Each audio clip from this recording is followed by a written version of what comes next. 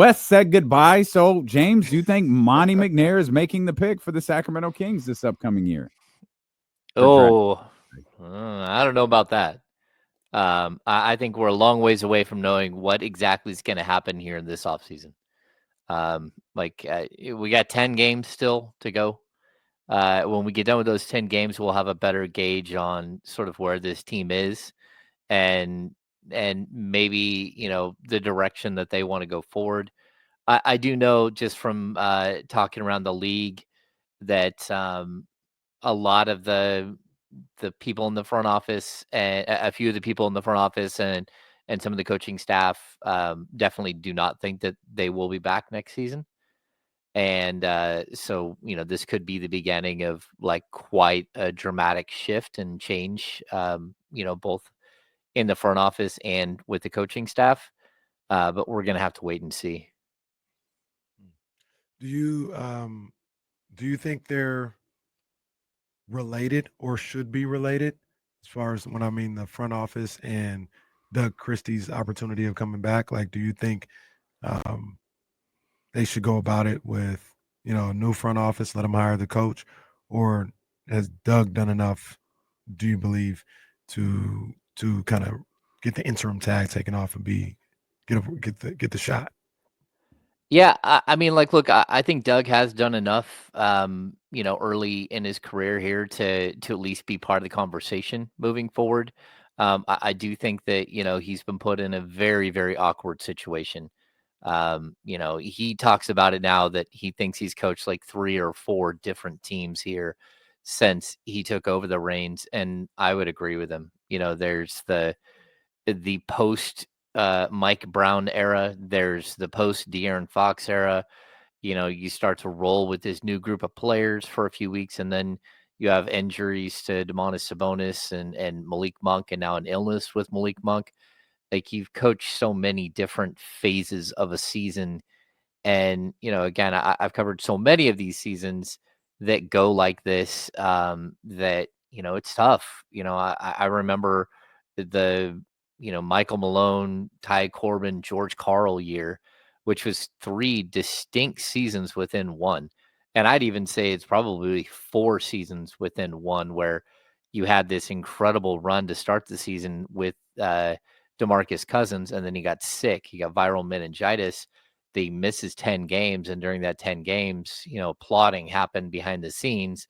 And before DeMarcus could come back, they fired Michael Malone and set off just a spiral that undid this franchise for a while.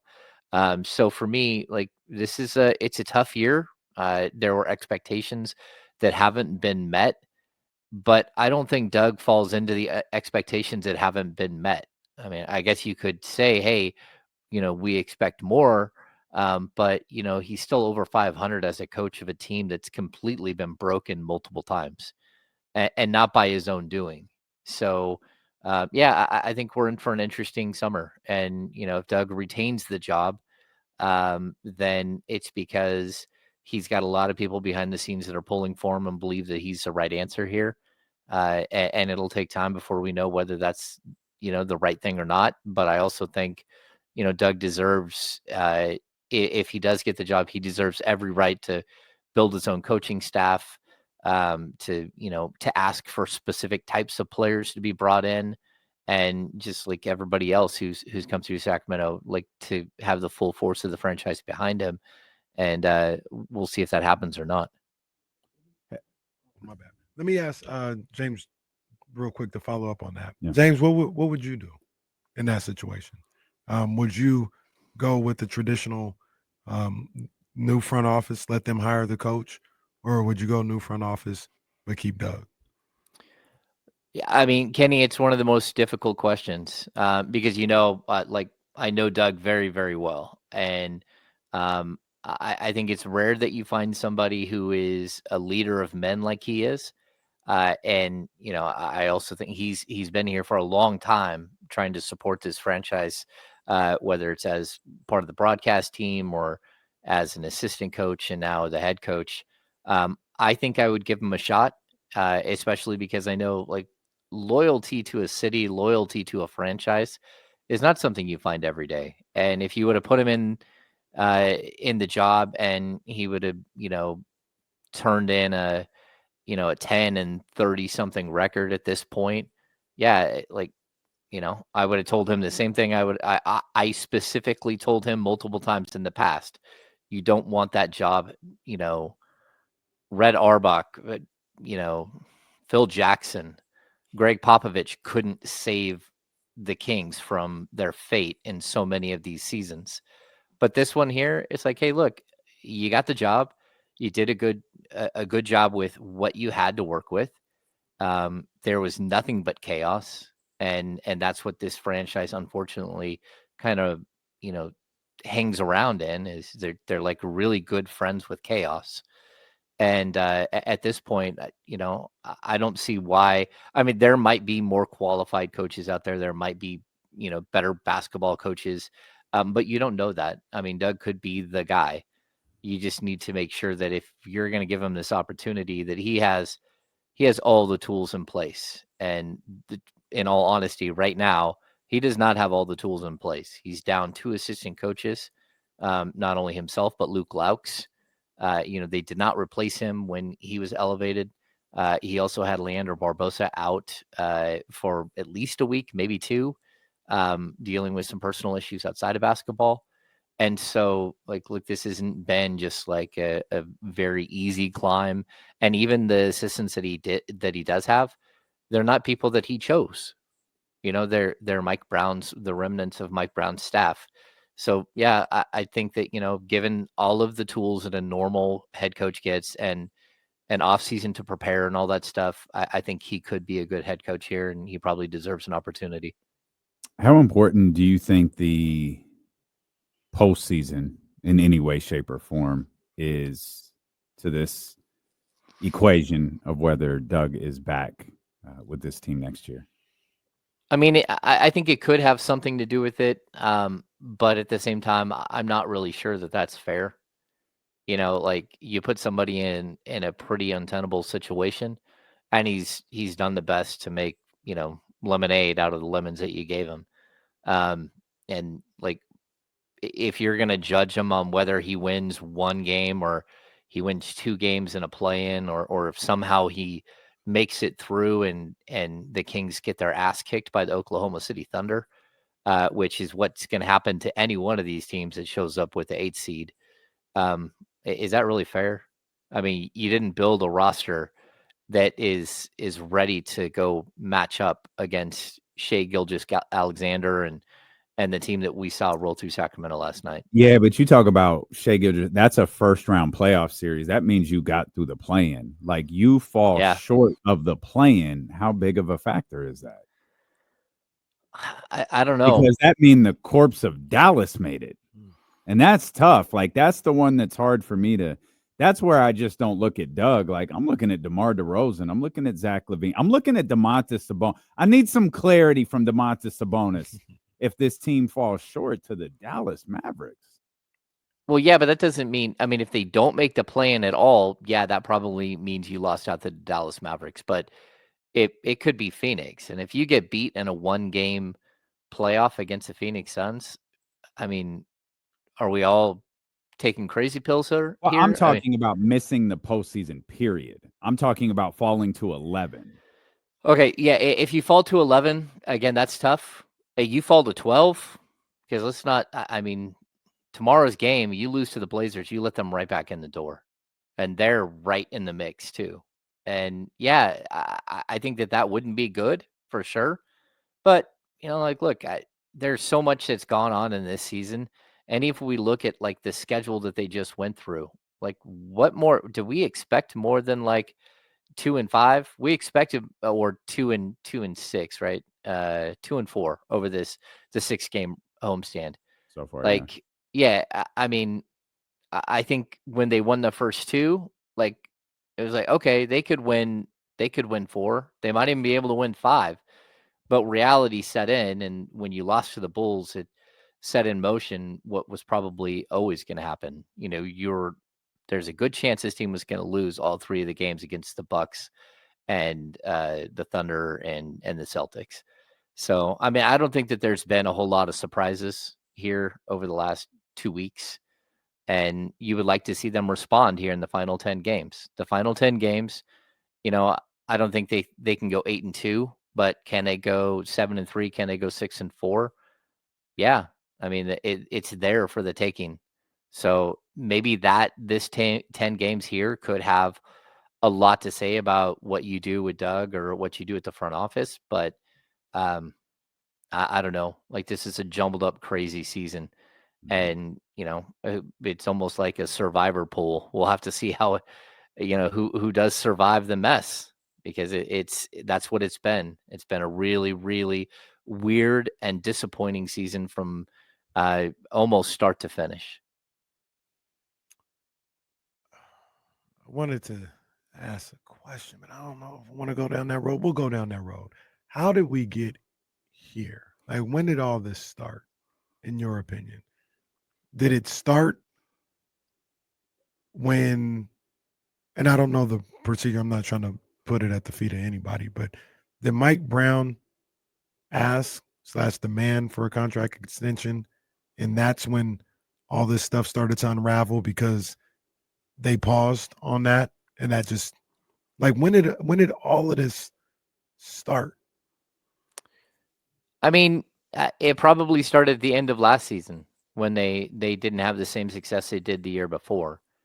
It probably started at the trade deadline last year. But I think, this is like momentum that gathered. It's not like, I don't think there was one event that put us in the situation that we're in, because, like, look, whether there were people that wanted Mike and people who didn't want Mike to get an extension last summer, it doesn't matter, because the Kings did give him an extension, and there was enough momentum within the building to give him that extension. And to be honest, like, you had two choices. You could have fired him, or you could have given him an extension. No NBA head coach that I can remember really goes into a lame duck season, and that's just not something that happens in the league. I mean, the Kings, it's usually you sign a 4-year deal and you work 2. But with Mike, this is one of those situations where, that was a mutual option that the Kings and Mike Brown had for his 4th season that was coming up. And Mike opted out because the landscape changed in the NBA and everybody got paid more. So, I mean, we can say that it started there. You can say it probably started too on draft night, when they didn't make a trade. It snowballed a little bit when they had a couple other trades lined up that didn't go through, and then they put themselves in a situation where they made the DeMar DeRozan trade, the sign-in trade for DeRozan that hard capped the team. So there's all of these little phases that happen, and like DeMar DeRozan, don't like DeMar DeRozan. That's a really pivotal moment too. You brought in a player who, at this point in the season, I think we can, like, whether you love him or not, you can see that he's probably not a perfect fit for this roster or for the future of this roster either. And so there's all of these little pieces that happen. And what it did is it led to the firing of a coach, the trading of your star player. A lot of things happened here that, like, again, the story of this season is like, if you're writing a book, it'd be 5 chapters. It's not just a cut and dry, 2024-25 season. The Kings finished, 41-41. That's not what this season has felt like. Maybe the problem isn't DeMar's fit with the roster. Maybe the problem is the goddamn roster. Well, of like course. what here in like, who are we holding on to? Like, who are we looking at? Like, man, this thing hasn't worked because of DeMar DeRozan. Like, what player? What one guy? Or multiple guys? Like, I don't think there's any. I don't think the roster is built well. Yeah, and maybe DeMar is a part of that, but I'm saying, like, the idea that DeMar doesn't fit the roster, I don't think the roster fits, period. No, I would agree with you. They were in need of something different, to open this season. I just, like, we do all kinds of analogies, but, like, when you're cooking, there's sometimes where you put something into a recipe and right away, like, oh, that's not it. That didn't work. And, it took a little while to realize that, but it's just a different style of player. And I don't think again, I think DeMar DeRozan's a tremendous basketball player. It's just a style of play doesn't fit. Just for example, the other night, not last night's game, but the game before against Boston, right? Doug Christie wanted 53-point shots. And the real number is like 40, 45, but he's pushing for 50. And they end up with 23-point shots.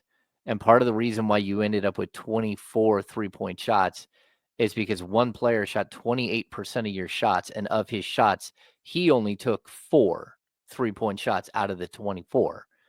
And again, that's not his game to take a bunch of 3-point shots. But it's still, if the call to action is to shoot of your 84 shots or 86 shot attempts, is to shoot 40 plus threes, and one guy who takes 24 of those shots only takes 4, the rest of the team has to take like an obscene amount of threes percentage wise in order to get to that number. And again, I don't think it's just straight up that DeMar is just a bad basketball player or anything. It's just like he's not the style of player that this team plays. And so again, like, is DeMar the only player that maybe needs to go from this roster? Absolutely not. There's plenty of players, and there are plenty of players. There are a couple of players that already left that no longer fit this roster, whether it's Kevin Huerter or some of the other guys that just aren't here anymore. That, like, you have to evolve as a team, and the evolution of this specific season did not go as planned. I wanted to just follow up on something, because I guess just hearing the breakdown and thinking about like where all this started. I asked the question, where did all this start? And the way James laid it out, perfect. But I think it does start with, and not blaming him, I'm just talking about the situation, the Mike Brown contract extension. That was the first time in 18 months we saw dysfunction from this team, when it was like, yo, you're not going to re-sign him? Like, what's going on? That was the first time we saw, publicly at least, it was like, yo, this thing isn't as great as maybe we thought it was. I understand the unwritten rules of the NBA and basketball and contracts and stuff like that. But what would have happened if they just said, no, we're not extending your contract. We want you here as our coach. We're not extending. What, is Mike Brown going to quit? Like, I think it's hindsight, it's 2020. That's probably what should have happened. You probably should have said, Mike, we're not comfortable giving you a contract extension. We want you here. I understand the whole lame duck thing and all this other stuff, but we don't want to do that right now. What do you want to do, Mike?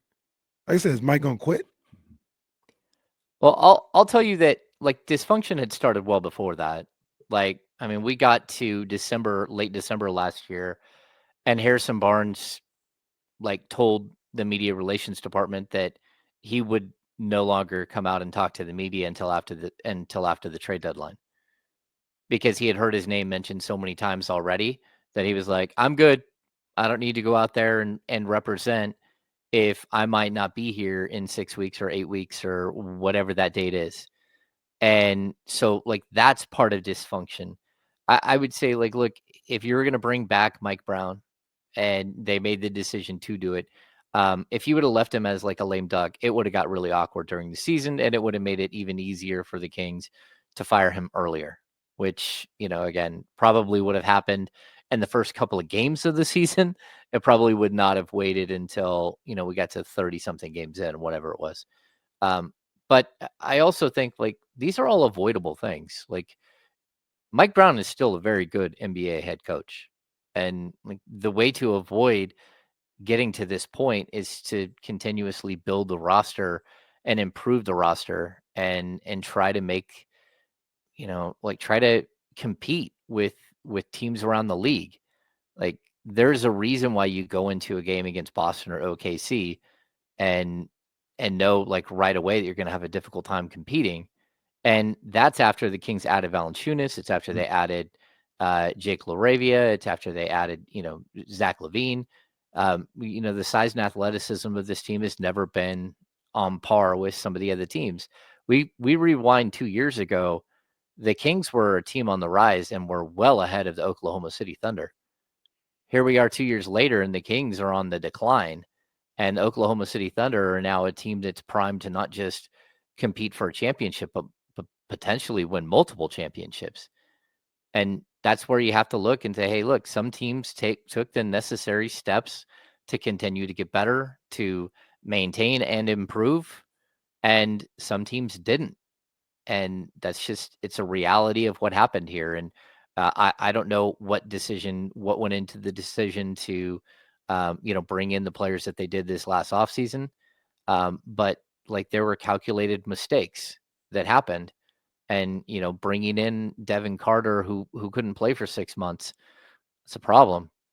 Like, if your big acquisitions are to lose Harrison Barnes and bring in DeMar DeRozan, and then to bring in a rookie that's not going to be able to play, that you didn't do like a ton during the offseason to make this group better. I mean, even if you look at the Doug McDermott and Jay Crowder things, those happened at, like, one of them got signed like the day before the season started, and the other one got signed like 2 weeks into the season. Like, where was the forethought? Where was building this team out in advance? And again, sometimes you swing and you miss. Sometimes you're waiting for that one perfect deal. But at the same time, like, there were opportunities here, or there should have been opportunities to improve this roster well before we got to the start of the season, where maybe it's possible that, Mike Brown would be here for the entire 3-year extension that you signed him to. But just none of that happened.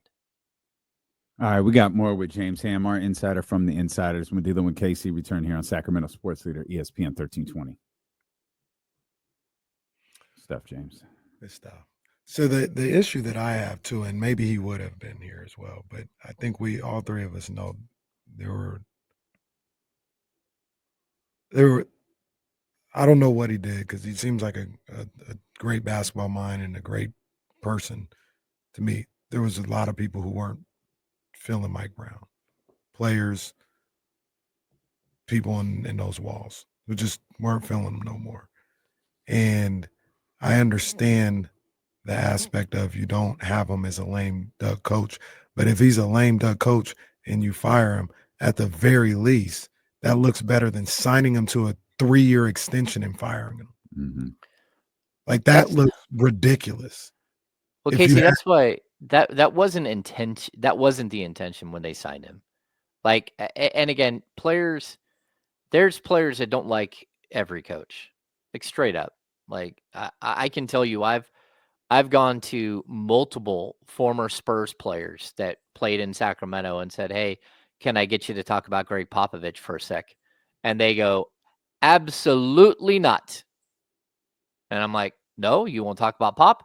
Nope. No interest in that conversation at all. And for me, I was taken aback.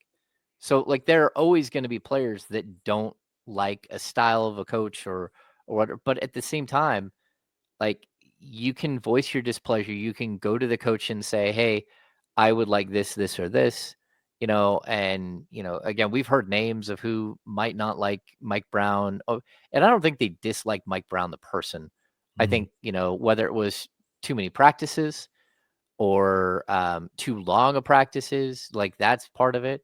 Whether it's somebody who wanted to start and wasn't starting and then now is starting, that's part of it. Like, it's really complex, but like, at the end of the day, like, Mike Brown is a heck of a coach. He took a 31-win team and won 48. And, if it wasn't for a team missing a bunch of free throws, they would have won 50 the next year. And if you would have kept improving the roster, you could have been onto something here. And stability for me is the biggest thing in the NBA. And if you can't figure out how to stabilize a franchise like the Kings haven't since, realistically, since Rick Adelman left in 2006, then, what are you doing? I mean, that's almost 20 years since Rick Adelman left. I could do the math really fast, how many coaches they've had, but it's so many. Yeah. I just think I don't know. We can't treat it like it's nothing. That's all my whole thing. It's like, oh, it's nothing. People don't like people all the time. Like, yeah. We're 13 head coaches since Rick Adelman left in 19 years. That's just a recipe for disaster. Just like I say, the guys that play, they gotta execute. Like that's what I say about whoever is picking these teams. Like, all right, you got guys out there, you guys are selected, you got to execute, and if it doesn't happen, it gets blamed on the front office, deservedly so. Same thing with the coaches. Like, all right, yeah, the roster could have been better, but this was your record. You didn't find a way to make it work, and they shouldn't be absolved of that. Like Mike Brown, good coach, he's been fired 4 times. 4 other stable franchises have said this ain't the guy no more. And I think he's a good basketball mind or whatever, but he's not absolved. And not saying you were saying this. I'm just saying he's not absolved of how all this shit played out. He played his role in it too. Mm-hmm. And that's all I'm saying is he played his role in it. Front office played their role in it. The players played their role in all this. Ownership played their role in all of this. And I think all of them, we talked about it earlier, all of them were just kind of messing up together. But I mean, Mike Brown ran 107-88 record as the head coach of the Sacramento Kings with a 549 win percentage. There's been only one other coach in the, what are we looking at, 40 years now in Sacramento to have a 500 record. That's it. And I mean, you can start adding Doug Christie to that, but the only other coach to finish his tenure in Sacramento with a 500 record is Mike Brown. And look, I was the first one to say, like, when you lost 5 in a row and you dropped 5 games under 500 and this thing was spinning out, like the finger's always going to be pointed right at the head coach. And like, that's the way it goes. So if you can't figure out a way to turn things around, it's really difficult.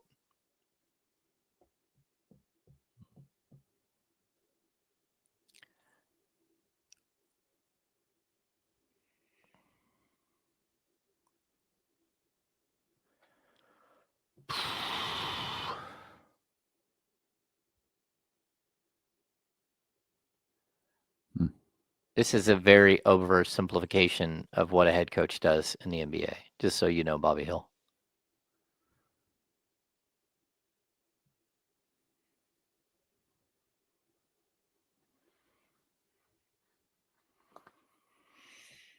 We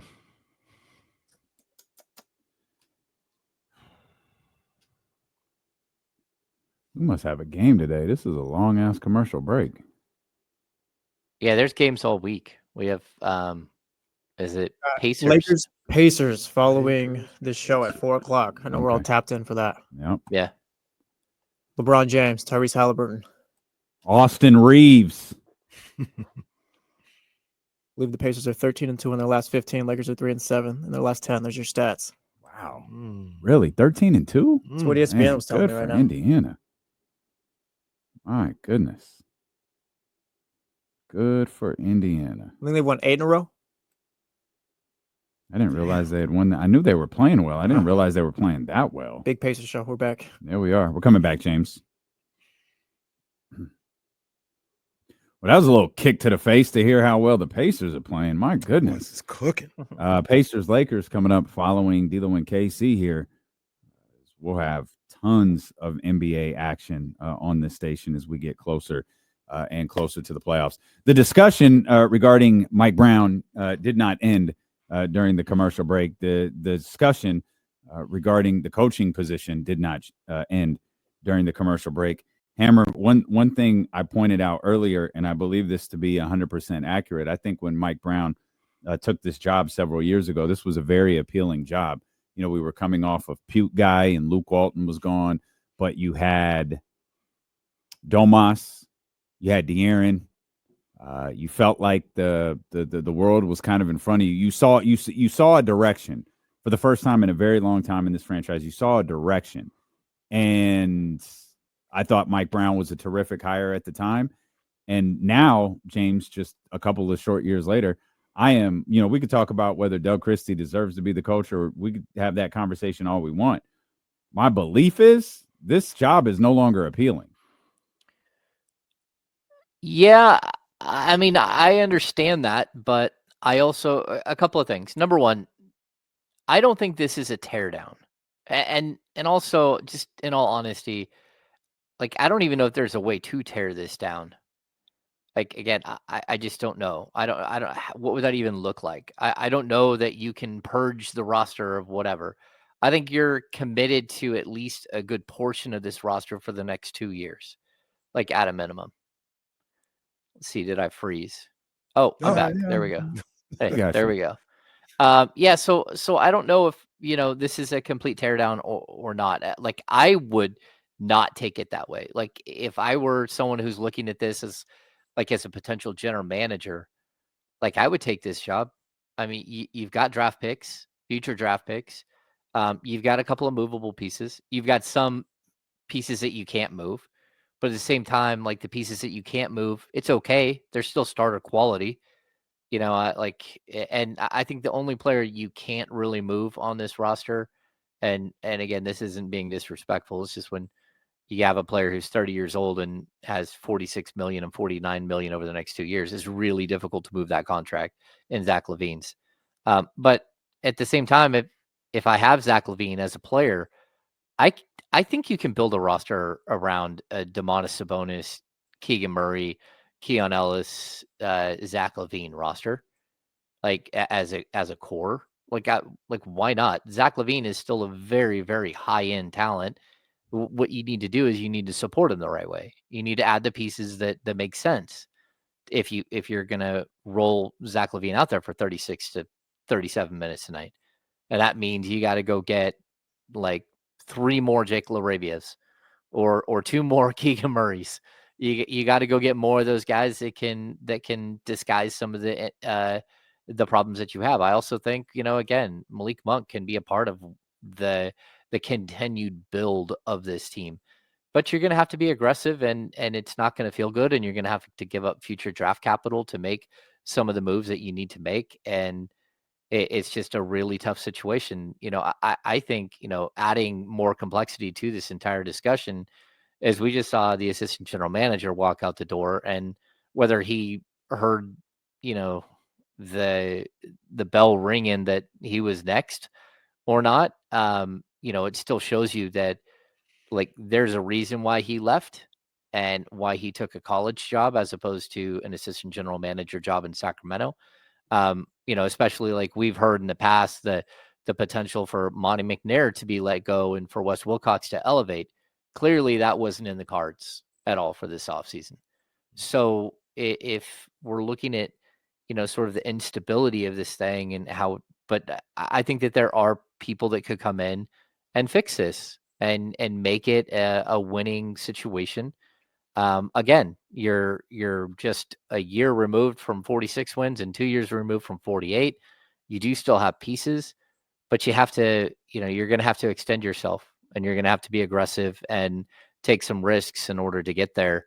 And it's just not going to be like a cut and dry, easy situation to take on. As far as a head coach, yeah, I mean, like, look, it's one of 30 jobs. There's always a head coach that would be willing to take this job, or an assistant who's looking for his first job.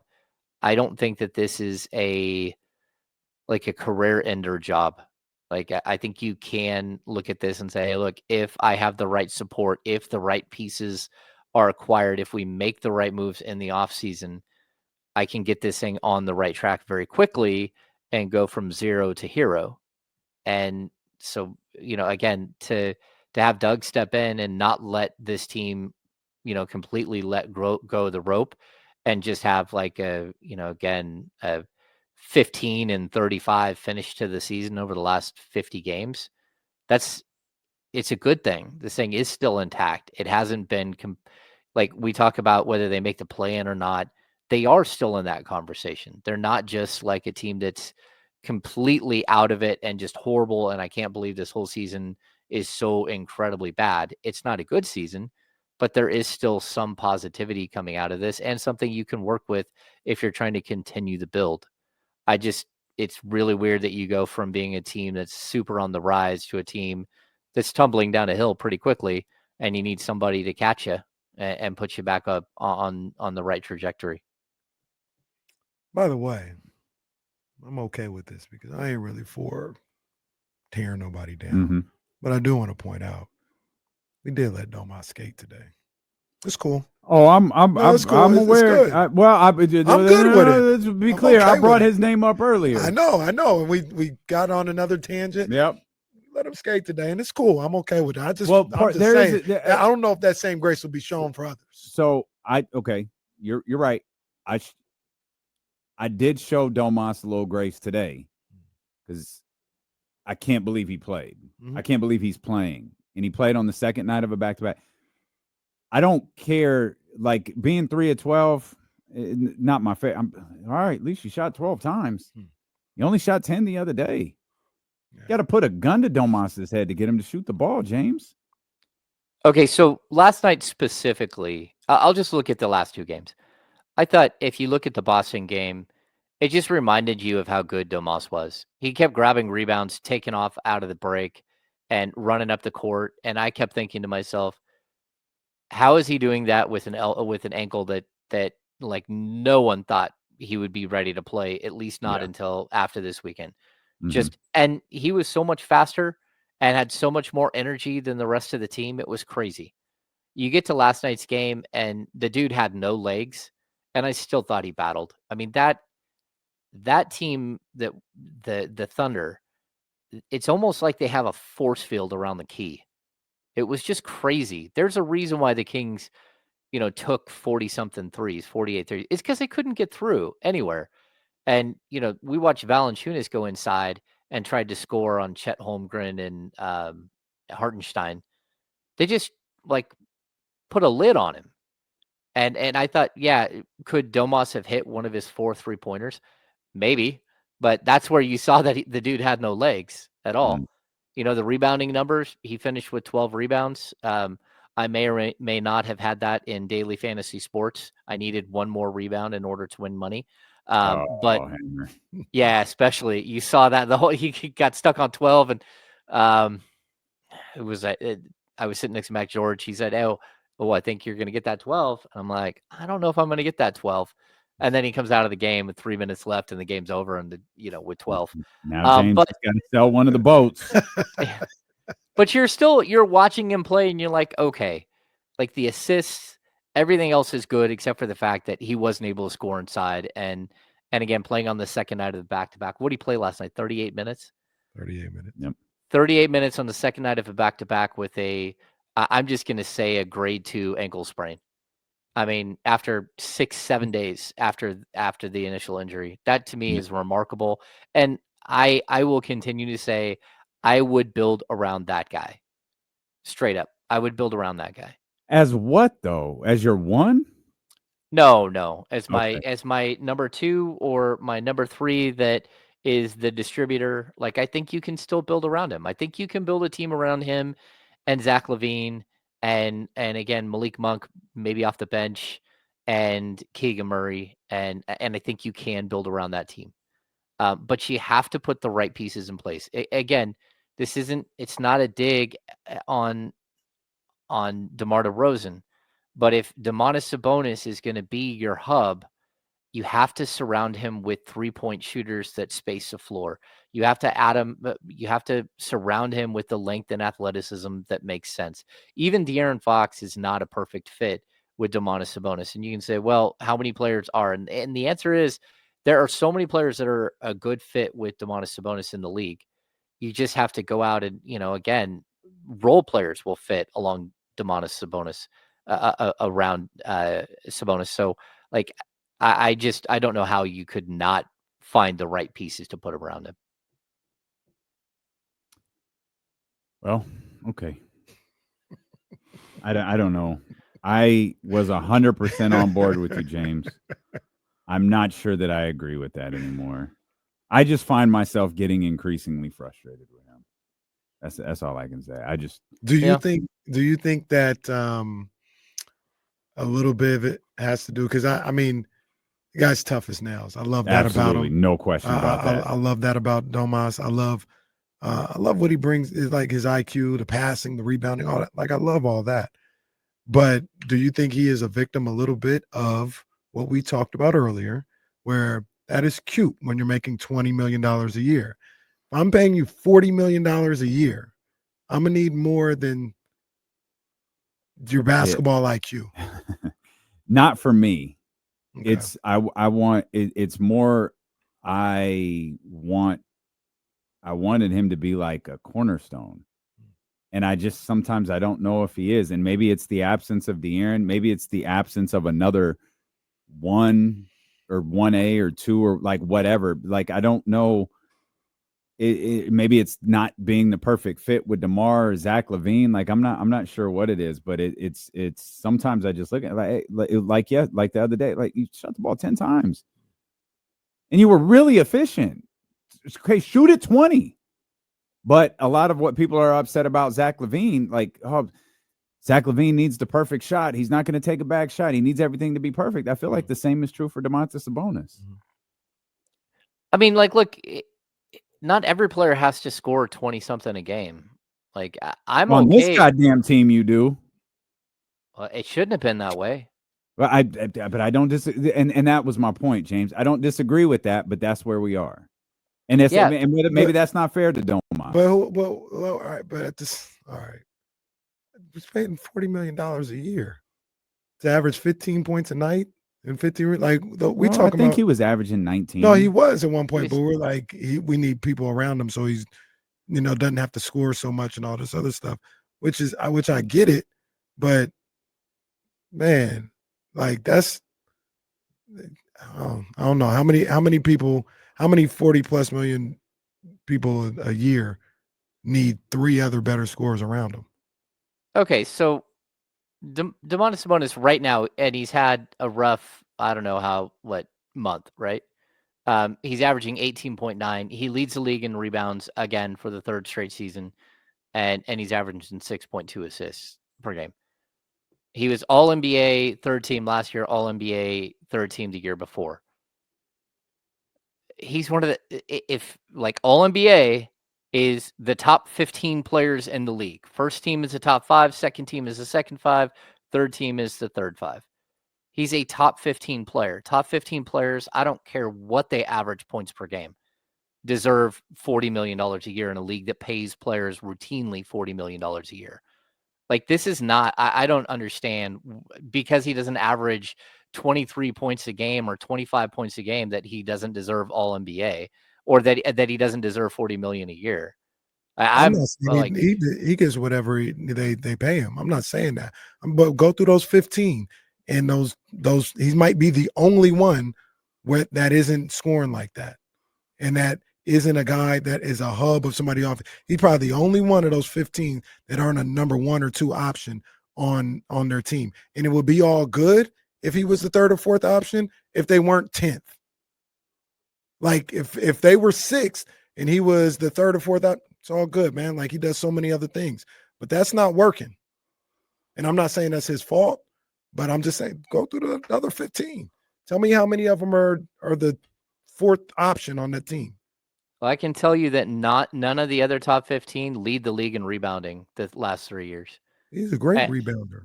And like, look, the fact is, second, third option on a really good team. I mean, he was the second option on a 48-win team that was 3rd in the Western Conference.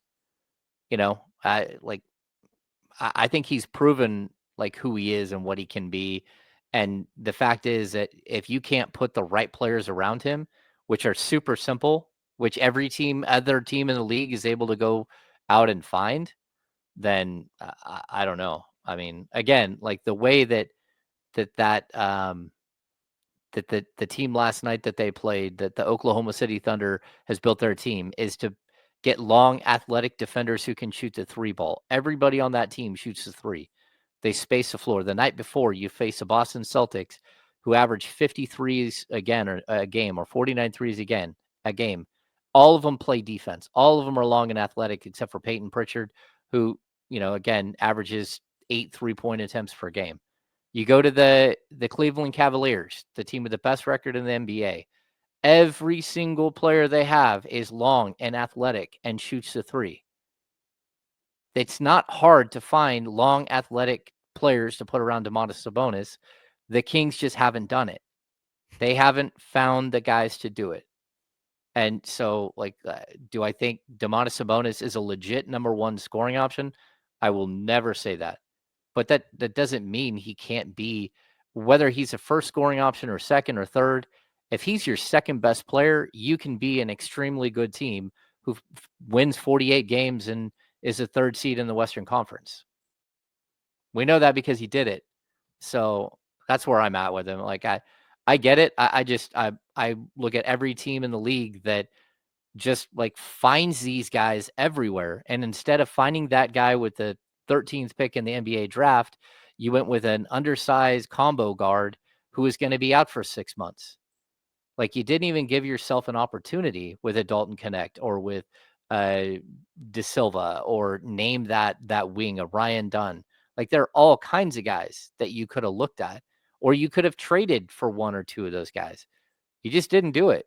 And when you did do it, you waited until mid-season, and it's a guy in Jake LaRavia who's played 120 games in his career and missed most of the first 2 years of his career. You got a guy, but you used a second round pick to get him. You didn't go get a Cam Johnson. You didn't go get these other players that make sense to put around Sabonis. And so at a certain point, you can't just keep, you have the puzzle pieces laid out. You know what you need to get better, and you didn't do it.